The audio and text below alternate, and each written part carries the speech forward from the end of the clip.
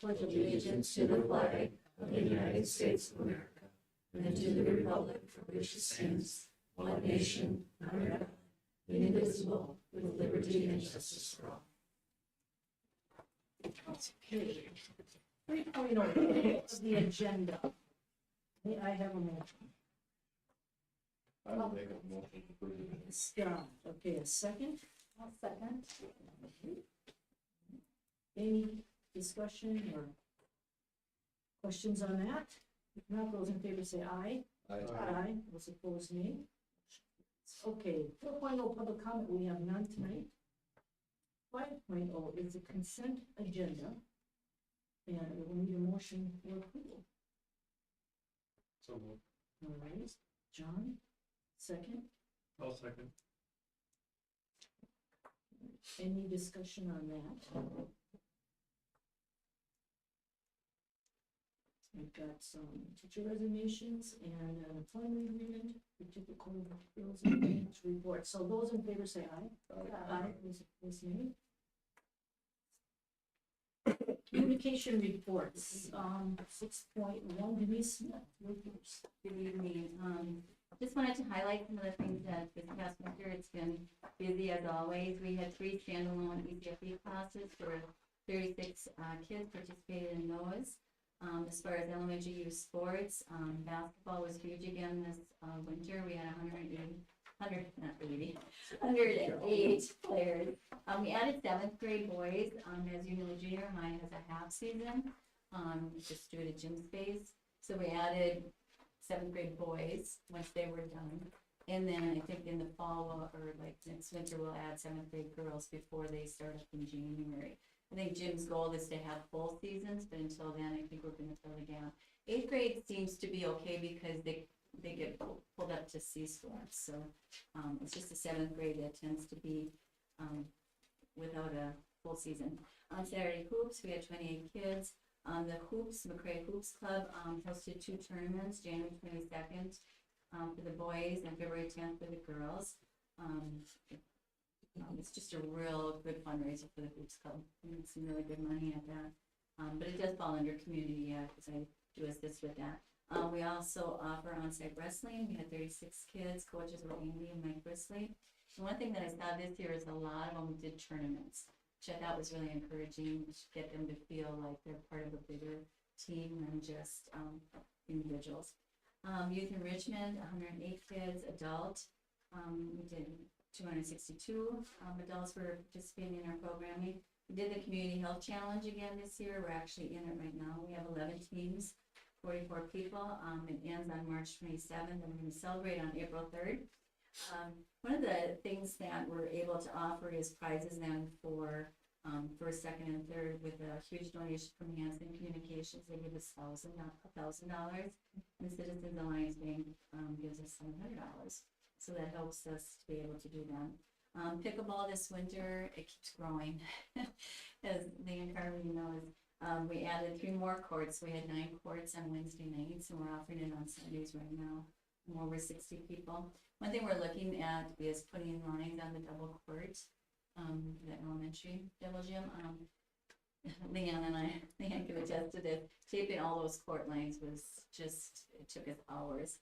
And it's probably not the best for the floor either, so we're going to try to come up with a permanent solution on that. Okay, so you've not gotten any prices yet? No, Noel has looked into it. Okay. And he's connected with the person that can do it. So we just have to get that person on site to kind of take a look at it. One thing they would like to do is do it before their busy season in the summer.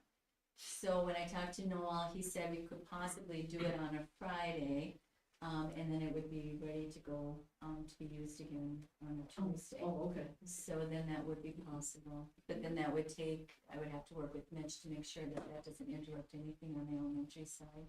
You know, if it's nice weather, they can be outside, but Yeah. So we'll see how that works. But, yeah, so pickleball is growing in our area, and I know the Prairie City is looking at doing outside courts. Excuse me. Open gym has been well attended this winter, with an average of about 50 people. I put in the board packet, the spring booklet. A highlight there is the junior players is coming up here in the next couple of weeks, and the performance is going to be March 22nd. I did receive a $2,500 Southwest Minnesota Arts Council grant to help pay for that. Nikki Erickson is the lead person on that, directing the play. So that'll be exciting. ECFE preschool registration night is this Thursday. It's kind of a combination of ECFE because we have informational booths to help parents learn about different things from tech security, for littles, and then, the library, dental care and all that. So we kind of see it as a way to reach parents, but also that they can register for preschool that night. So that's gonna be a busy night here at school. Kids Cooking Club, that came out of a wellness committee that I'm a part of. And, just in talking, it was like, how do we help kids that really struggle at home with some of the basic skills of having to take care of themselves and so forth. So anyway, we pulled together, a group to work on that, and I received a CARE Collaborative grant for $1,000. And that's gonna start in April, so that's exciting. I think that's really gonna be good for our kids. So what is that? Is that during the school day? Yeah, it's gonna be, I think from 2 to 3 o'clock Oh, in the okay. afternoon. Okay. So, yeah, so the teachers on that is Rachel and Jill. They did it in Maynard a couple of years back, and it's kind of resurrecting that program. But they were short on some dollars, so I wrote a grant for it, and, so we're gonna do a session this spring in April, like I said, and then we'll do 4 different ones next year. So, adult basic education, is going well. We have a new teacher, Jennifer Van Emps. Sonia Stark has decided to step back from that, but we do appreciate that she got the program started. It's still gonna be on Tuesdays, and it's part of the MERMED ABE program. Community garden, with the nice weather, they'll probably be knocking on my door to get here. But we're gonna add security cameras and more signage, because unfortunately, there's been some theft in the garden, you know, the pumpkins and the watermelons and, yeah, I suppose when they say community garden, maybe there's a misinterpretation of, I think I'm gonna go take that pumpkin, so. So we're gonna try to do something so that the gardeners feel like they're a little bit more, you know, just protected on that. Youth Scholarship Fund, it's a nice healthy balance going into the summer, which is a high use time. Facility use, it's really busy in the spring. We have the Lions Senior Banquet March 25th. Farmers Co-op annual meeting on March 26th. Briggs Motley has their spring craft sale on April 20th, and then after prom, uses their building, for May 10th. To go along with that is the Performing Arts Auditorium, that's high use too. We've got the spring play coming up. The West Central Singers, April 13th. This is Saturday. Lucas Ford is part of that group, and he wanted to bring them here to the auditorium, so we're excited about that. And then the Wilmer Area Symphonic Orchestra is gonna be here on July 11th as part of Prairie Fest. And I know John's Aunt Diane has been a big part of that, and getting that pulled here. Bundig Reformed Church will also be using, the auditorium on March 27th and the 28th. So again, it's a lot of juggling of people wanting to use it, and we just make all the pieces fit, because it is a high use area. And the other thing, that I wanted to mention, was the 2180 Foundation. We're, right now working on our fundraiser. Online donations would be great, for that, for the auction. And then we'll be having our drive-through cheeseburger meal on Friday, May 3rd. And we're just starting the granting cycle for this spring. So it's a busy time for the foundation also. I included a picture of our cheer team. They were a highlight at some of the home games. They're coached by Lindsay Post and Bailey Rubin, and it was just fun to see them out there. It was pretty cute. So that's all I have. Are there any questions?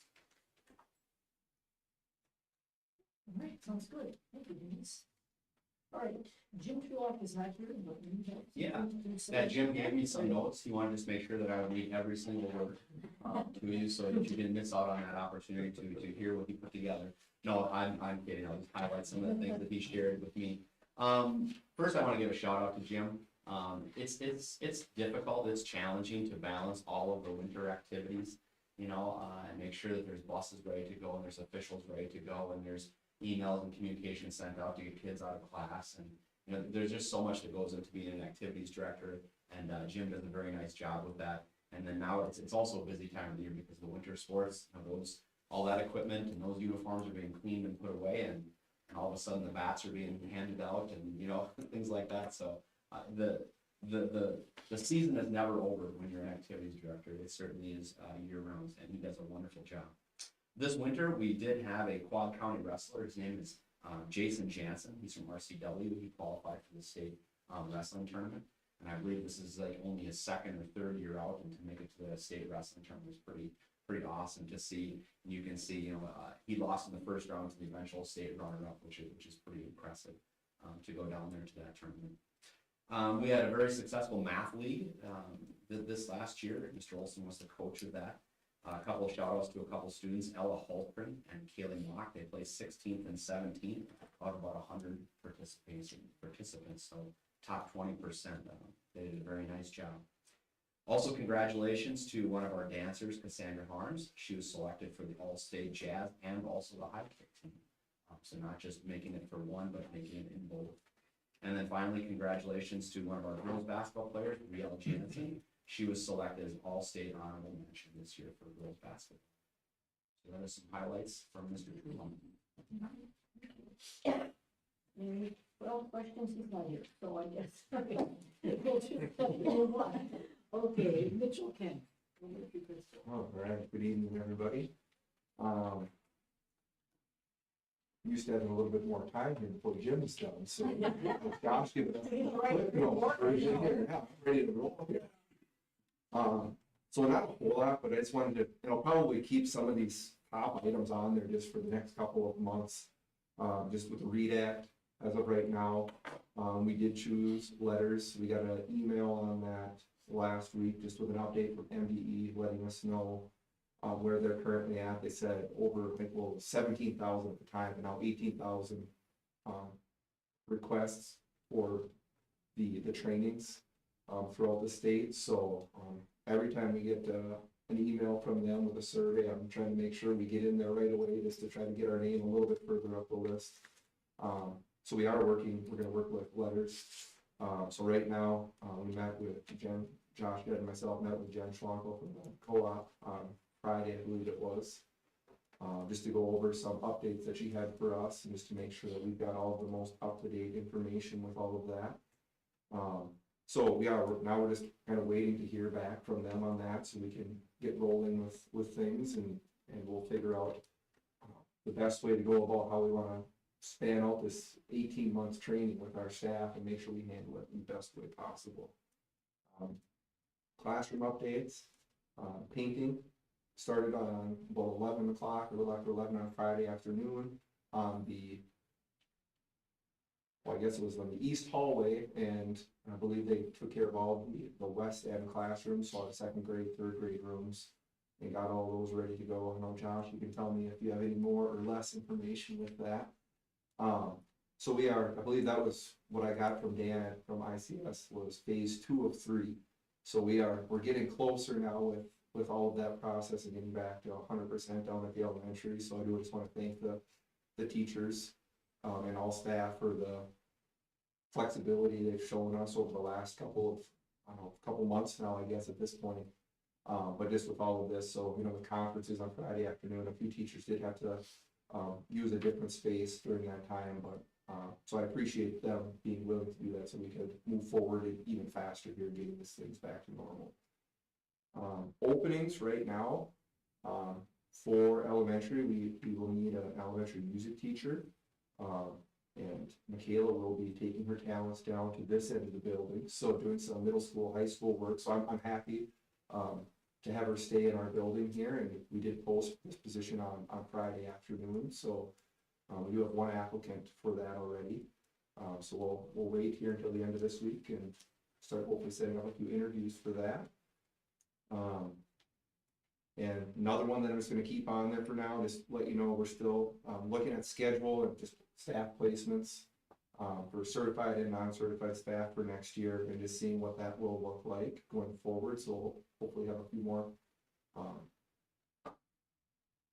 I guess, specific pieces of information for you at our April meeting.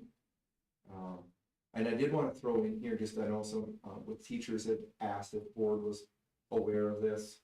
So I did want to throw this in my notes as well, just with classes being split when needed. It is not a common practice that we've used. But it is something that's happened a handful of times, just if, you know, if we have 4 or 5 certified staff out, and sometimes we don't find out until maybe 6:45 or 7 AM.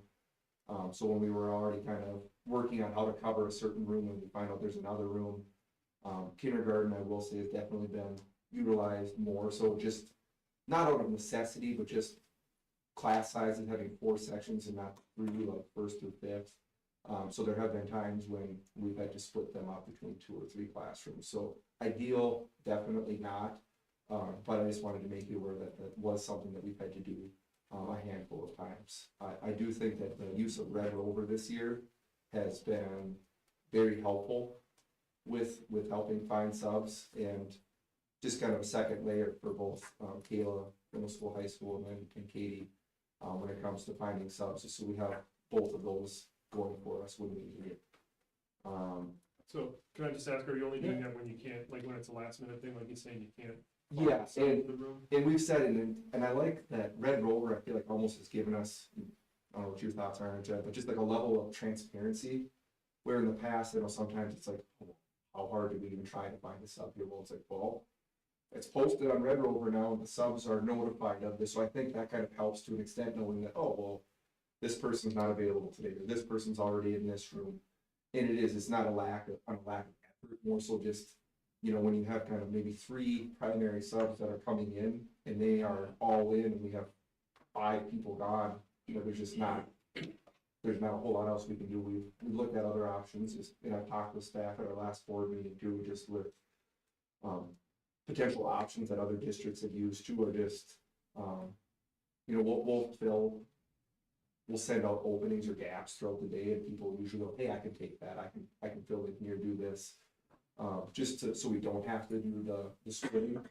But just knowing that other districts do sometimes just say, hey, they'll send out a schedule, not asking, but saying, hey, you've got from 8:50, you've got 8:50 to 9:40, and just kind of breaking it down that way. And that, you know, we've talked pros and cons that would allow for classes not being split, but that also means that some teachers aren't gonna get their prep time. There's gonna be a lot more change during the day with several people coming in and out of the room instead of one. So, I mean, there's good and bad things to each way, obviously, not ideal. Can I add something real quick? Yeah. The Red Rover is really good at handling the absence of the plan. Yes. When when you get those last second ones, that's what bites you. There's, you know, a little bit of overlap between somebody subbing between middle school, high school, and the elementary. And so when one commits to a classroom, then that takes them off the other list. And you know, at one point, actually the whole month of February, we had to do between 2 and 5 certified staff out every day in February.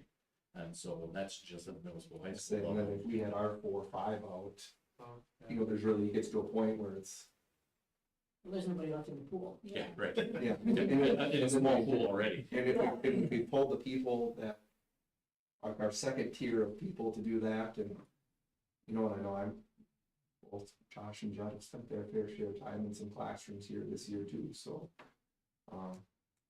Again, kind of a teamwork thing, people being flexible, but I just wanted to throw that out there too, just to make sure that you all were aware that has happened. More positive note, 4th grade, ag in the classroom. I was on my upcoming events last month, but at the Midwest campus in Granite Falls, and I heard nothing but positive things for that. I found out we actually got invited to that because another district dropped out. We have already reached out and we're on the list for next year, so there's no take backs now. So we are on. I don't know how long they've done it. And I don't know why we were never asked before, but just know that was our 4th grade teachers and students were all just very excited about that. So that was an awesome opportunity that they had. Upcoming events then, just preschool registration coming up on Thursday night here. Then we're having our first kind of formal title engagement night on the 26th, and that'll be at the elementary conference or elementary cafeteria. And for that'll be just to kind of give families an opportunity to come in, learn a little bit more about our title program. I believe we're doing pizza, and then we're looking at just another activity. We're possibly doing some book bingo for that one, but more information will be out on that soon. Kindergarten registration happening the next night on the 27th, and then MCAs are gonna be starting up at the elementary on April 3rd. So buckle up, a lot gonna be happening here. That's all I have. Any questions about any of that? Any questions? Thank you. Mitch? All right, Jerry. Thank you, good evening, everybody. As typical for the meeting, following Mr. Kent doing Mr. Kent things, taking some of my info. Guess making Okay, it next easier. month, I'll- Switch it up, switch it up. All I'm gonna do is talk about elementary. Making a bunch of stuff up. So I wanted to highlight the openings, being that they were up on the board. We do have, we have the choir position that Mr. Kent explained, how we're filling that one. So we're excited to have that piece filled. That's a choir, tends to be one that's a little bit more difficult because of the high school level and some of the challenges that go with that. And then social studies, very happy to say we had, going into the weekend, we had at least 8 candidates already. I keep throwing them at Sue so she can make copies of the packets for us to go over. And then over the weekend, I got 3 more. So we're gonna have a nice healthy candidate pool to go over, looking at, after we evaluate the candidate packets, then we'll make some selections and then get those candidates in here next week to get that selection made. Have that taken care of. And then one that's not on here, it's not a resignation. We have a science opening that is because of the state tier licensure. So tier 1 we have to post for 60 days. Our science candidate is still in-house.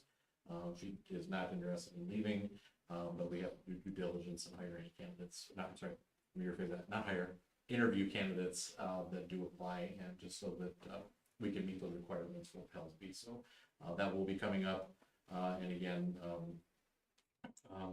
just want to make sure we give the candidates that are out there to look over, see what's going on, do some interviews, and then make a decision. But we do already have an in-house candidate that will be part of that process also. Moving on, we had a financial aid night and a FAFSA night. The FAFSA was kind of overhauled by the government this year, and so Mrs. Brisley had we had Bridgewater College come in, and they work with some families on how to fill out the new FAFSA form and that kind of stuff, which is always good to support families that way. As far as upcoming items, we have our state BPA, which will be happening late this week, so Thursday, Friday, Saturday. So that'll be state, and then from there, we usually have a few that will make it onto national. I don't believe we had any last year. Did we have last year? 3. 3? Right? Was it 2 years ago? Last year was 3. No, 2 years ago. California. Yeah. Okay, so healthy possibilities of that happening, because I think we have 30 plus going to state this year, so be rooting them on at the end of the week. And then something really cool on next Wednesday, the 20th, our 9th graders are going to take part in experiencing something called the Big Ideas Mobile STEAM Lab. This is it's going to be a semi-trailer that will be parked out in the front parking lot out here. And it's 16 students at a time are allowed to go in and work with some hands-on science, technology, engineering, arts, and math. And so really cool opportunity for them to get their hands on stuff. It's also really important, we feel, because 9th grade, they're on that cusp of starting to make some of those decisions. We're starting to think about making decisions. And so we focus really heavily on 10th, 11th, and 12th grade, getting their hands in some career type of elements. This is a good thing for them to do that. Plus, really cool thing, we got a Perkins grant to cover it. So free experience for the kids to be able to come do that. Where is And- it from? Where is it from? It's U of M? I don't know that. And then the beginning of the end, like I like to tell the seniors, starts with the Lions Banquet Scholarship Night. And so we have that coming up at the end of the month this month. And that's really the true indicator that the end of the year is nigh, and we got to get after it. So looking forward to having that celebration of all the scholarships that are going out, and starting the senior celebration a little bit early. So, you have any questions for me? Thank you. Thank you. Okay, Josh, you're up next. Sure, got a few things to share as well. I'll jump in with what Mitchell had already shared in regards to the elementary reconstruction project. All of our kids are back in their usable space, whether it's a classroom, a hallway, a steam room, a restroom. All that tile, all that sheetrock has been replaced, and they worked very hard over the weekend getting most of that painted If you were to walk down there right now, today, this evening, right, what you would notice is there still is some trim along the very, very bottom, where the sheetrock meets the carpeting, or the sheetrock meets the tile. And, once though that molding has been completely ordered and on site, they'll begin to install that.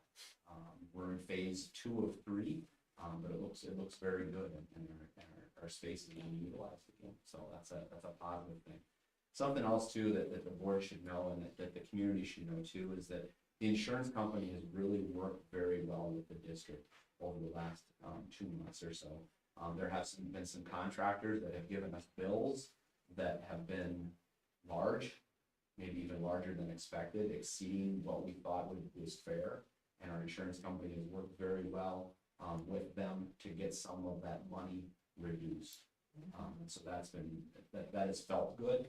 You know, I guess maybe that's how insurance companies and that's how contractors work when there's things like this happen. But I think speaking for the district, I think the insurance company has been very fair with us, and we've saved thousands of dollars over what people have asked for in their bills, and we've gotten knocked off. So I hope that continues. The communication just has been very clear and been very prompt with the insurance folks.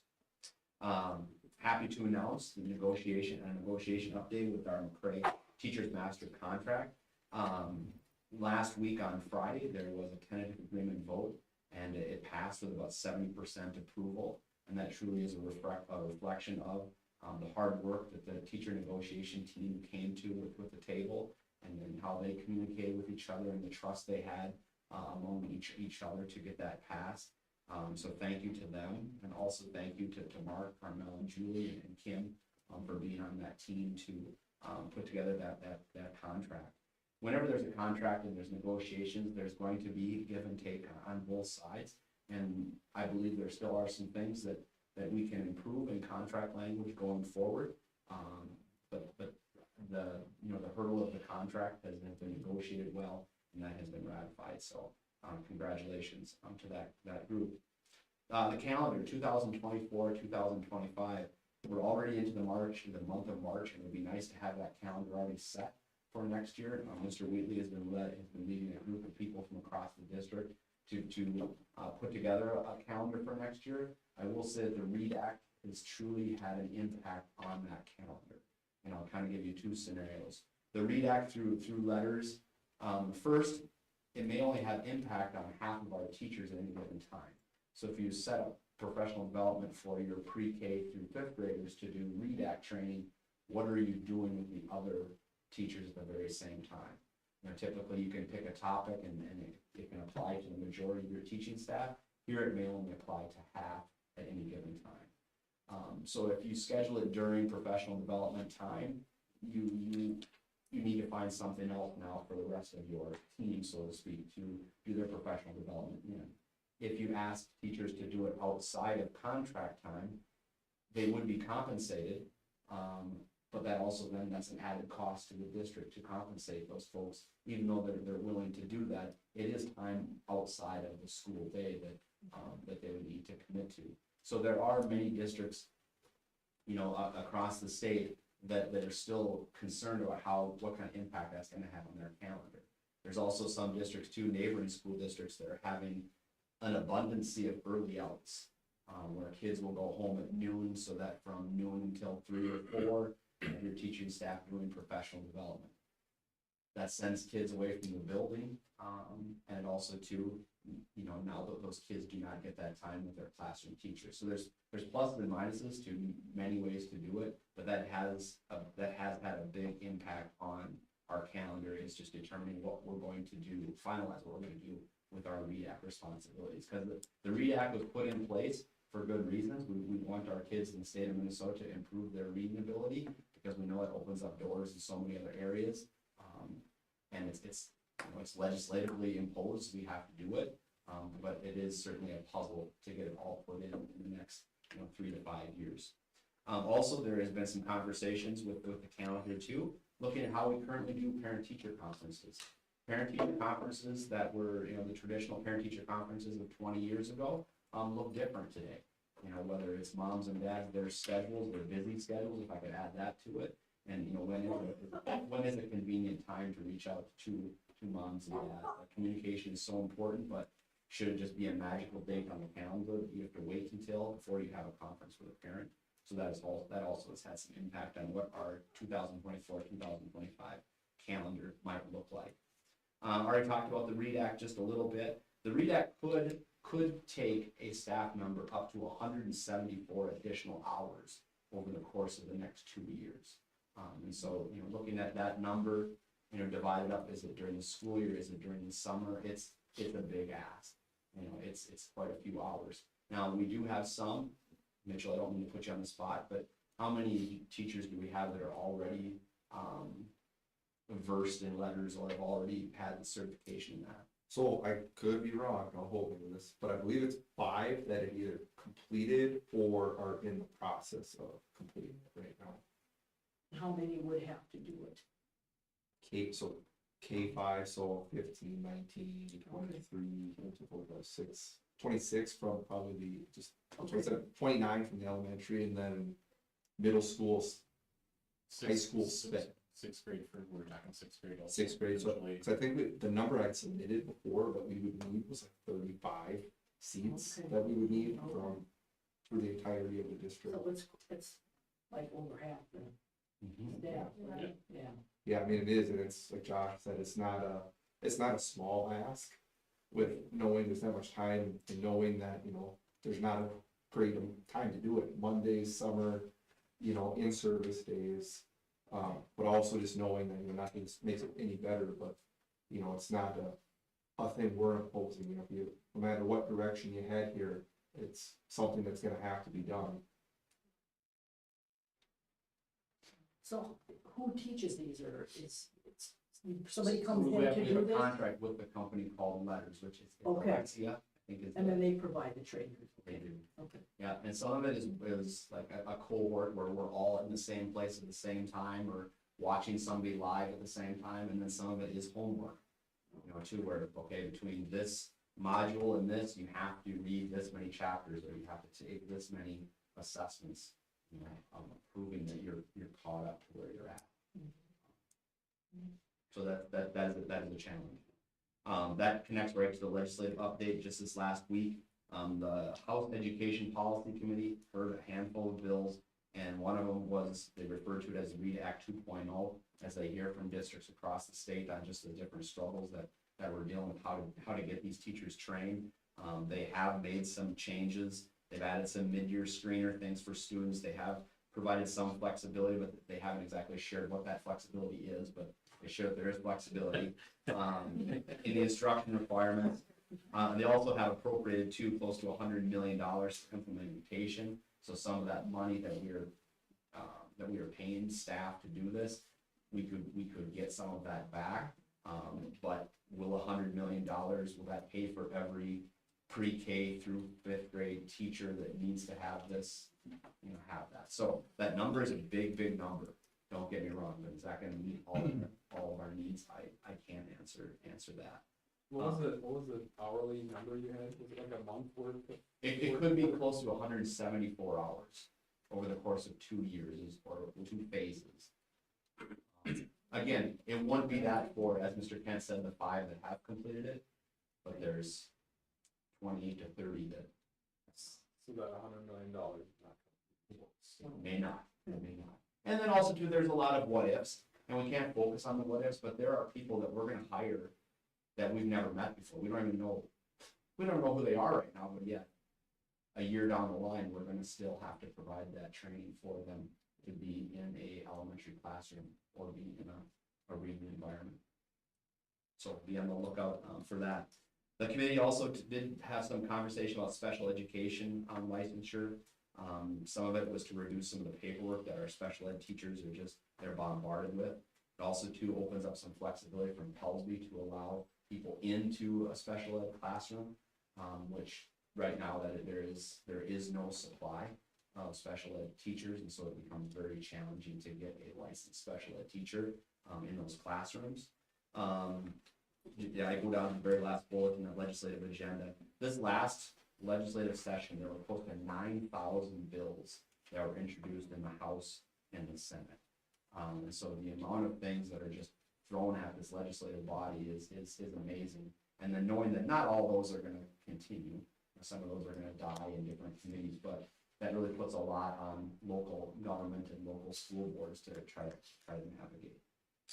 Southwest West Central is our co-op that we work with, and right now we're working with their administration and their directors. It's one of the largest contractors we have during the course of the year for some of our needs, and just determine what's the best way to spend that money with programming, and how do our kids benefit the most from that. Huddle Up is visiting McRae tomorrow. The founders of Huddle Up, their names are Jim Meyer and Jerry Sparvey.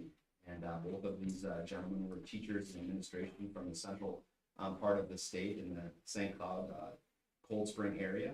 And they're going to come and speak with staff tomorrow morning. And they'll have an opportunity if teachers would like them to come in to do 20-minute engaging activities in their classroom. They'll have that opportunity too. Their classroom model puts mental wellness front and center by promoting play, self-awareness, and relationship building. It is more geared towards a pre-K through middle school than it is high school. But if a high school classroom teacher would like to have them come visit for 20 minutes, they'll have that opportunity tomorrow. Reaching out, just giving you an update, because I haven't in a while, but after school care. After school care, it is still, something that we would love to offer, but we really have come to a standstill on location. Having a location that is safe and secure for those students, whether it's before or after school, really has become a hurdle that we're struggling to overcome. And I'll just give you one example. If we had an after-school care in the elementary commons area, think about all the basketball games, volleyball games, and other things that are going on in that gymnasium that we allow people from the public to simply come and go. It would be very difficult to keep those people, the community that's coming in for those events, separated from those that are there for an after-school program. Or if we were to take over a wing like the pre-K and kindergarten wing, we don't have like the intercom system, or we don't have the safe and secure entrance to that area of the building to allow moms and dads to pick up their kids, without going through a safe and secure entrance. So those are some roadblocks that we're dealing with right now. And then also just to finalize, just part of the conversation that Mr. Kent brought up with coverage in our classes. If there is ever a time in any classroom where,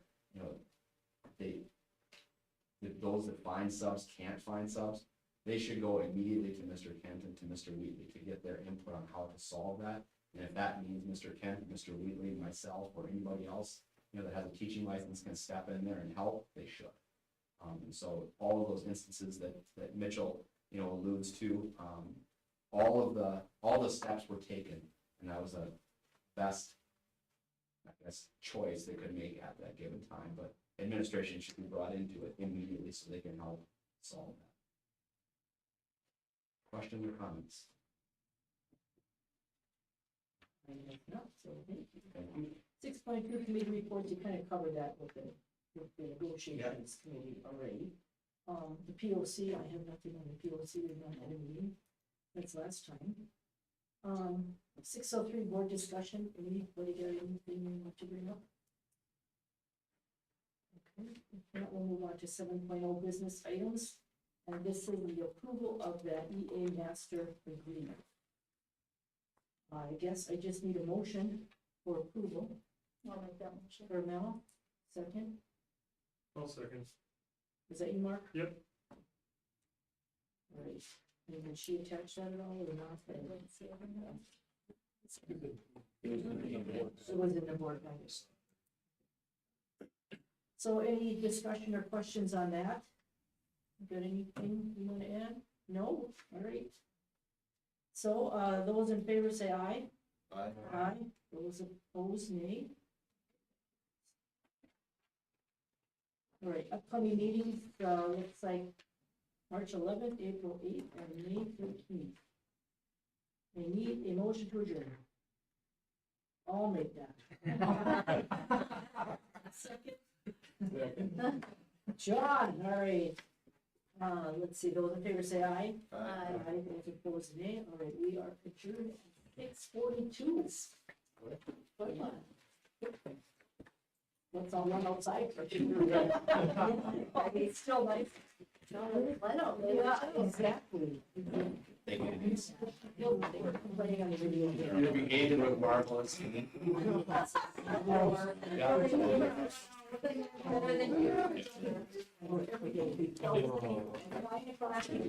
off and getting off and Disneyland.